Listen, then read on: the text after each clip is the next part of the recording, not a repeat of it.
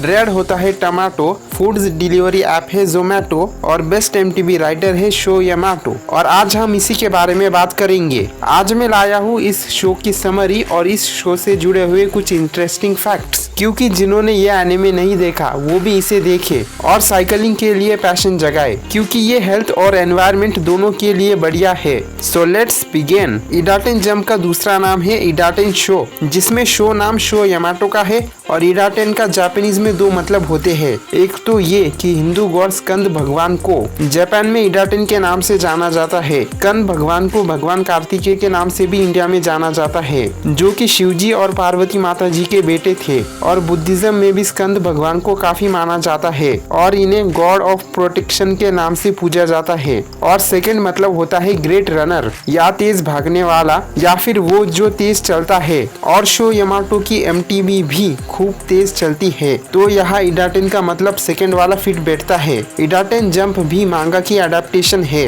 जिसे Toshihiro Fujiwara ने लिखा था, जो 2005 से 2006 तक लिखी गई थी। और 52 एपिसोड्स की इसकी एनिमे सीरीज भी बनी थी, जो कि अक्टूबर 2005 से सितंबर 2006 तक ही चली थी। इस एनिमे और मांगा की वजह से जापान में माउंटेन बाइकिंग बहुत पॉपुलर हुई थी और जापान में कई जगहों पर एमटीबी चैंपियनशिप्स ऑर्गेनाइज होना स्टार्ट हुई थी। इस शो का प्रमोशन करने के लिए इस शो के प्रोड्यूसर्स ने 6 लेजेंडरी बाइक्स के प्रोटोटाइप्स भी तैयार करवाए थे, जिन्हें की बाद में कई फेमस पर्सनालिटीज को दे दिया गया था। इतना ही नहीं, इस शो की पॉपुलैरिटी को बनाने के लिए टकारा टॉमी और हैसब्रो ने इडाटेन बाइक्स की टॉयज रेंज भी निकाली थी, जो कि कुछ टाइम तक अमेज़न पर अवेलेबल भी थी। फिलहाल ये अनअवेलेबल है। ये शो आप में साइकिलिंग के प्रति इंटरेस्ट पैदा करता है और ऐसा मेरे साथ भी हुआ। अब बात करते हैं इस शो के समरी की, क्योंकि जिन्होंने ये शो को नहीं देखा वो भी इस शो को देखे, और जिन्होंने इस शो को ऑलरेडी देखा है वो पुरानी यादों को ताज़ा कर ले। तो इस शो के 3 मेन लीड्स है, जिनका नाम है शो यामाटो,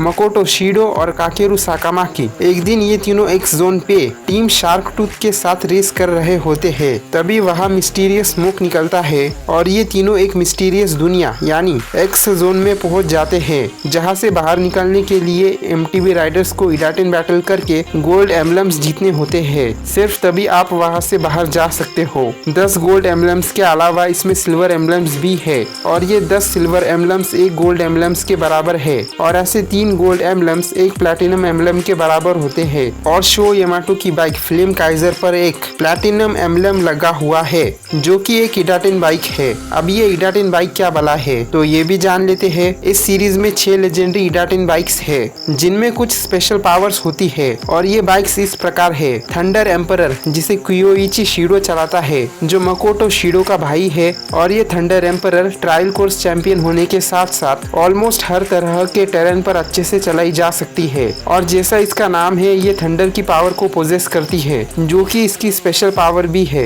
इसके बाद आती है एरो सीजर्स। इसके पास एयर को कंट्रोल करने की एबिलिटी है और इसका स्पेशल मूव है निंजुत्सु हरिकेन। ये जब सिल्वर वायर्स पर चलती है तब ऐसा लगता है जैसे ये बाइक हवा में उड़ रही हो, और इसे चलाता है कोई द निंजा राइडर। फिर आती है हैमर हेड, जिसे चलाता है आर्थर, और इसकी स्पेशल पावर है हैमर क्रश, जिससे वो अपने रास्ते में आने वाली हर रुकावटों को क्रश कर सकता है। फिर आती है ब्लडी फैंग, जिसे पॉइजन फैंग के नाम से भी जाना जाता है, जिसे बनाया था तकेशी यामाटो ने, जो शो यामाटो के डैड है, और उन्होंने ये बाइक गाबू सामाजिमा को दी थी। और इसका स्पेशल मूव है ब्लडी इम्पैक्ट। इसके बाद हम बात करते हैं नेपट्यून की। नेपट्यून को जापानीज वर्जन में नेपट्यून एम्परर के नाम से भी जाना जाता है, और उसे क्वीन ऑफ द वाटर भी कहा जाता है, क्योंकि इसकी पावर पानी में डबल हो जाती है। और इस बाइक को मकोटो शिडो चलाती है, जो कभी कभी इस बाइक के साथ फ्यूज होकर डॉल्फिन बन जाती है, जैसे गाबू अपनी बाइक के साथ मिलकर वुल्फ बन जाता है। फिर आती है flame Kaizer. For obvious reasons ये इस एनिमे की टॉप बाइक है, जिसे शो यामाटो चलाता है, और इसे भी इसके डैड ने बनाया है।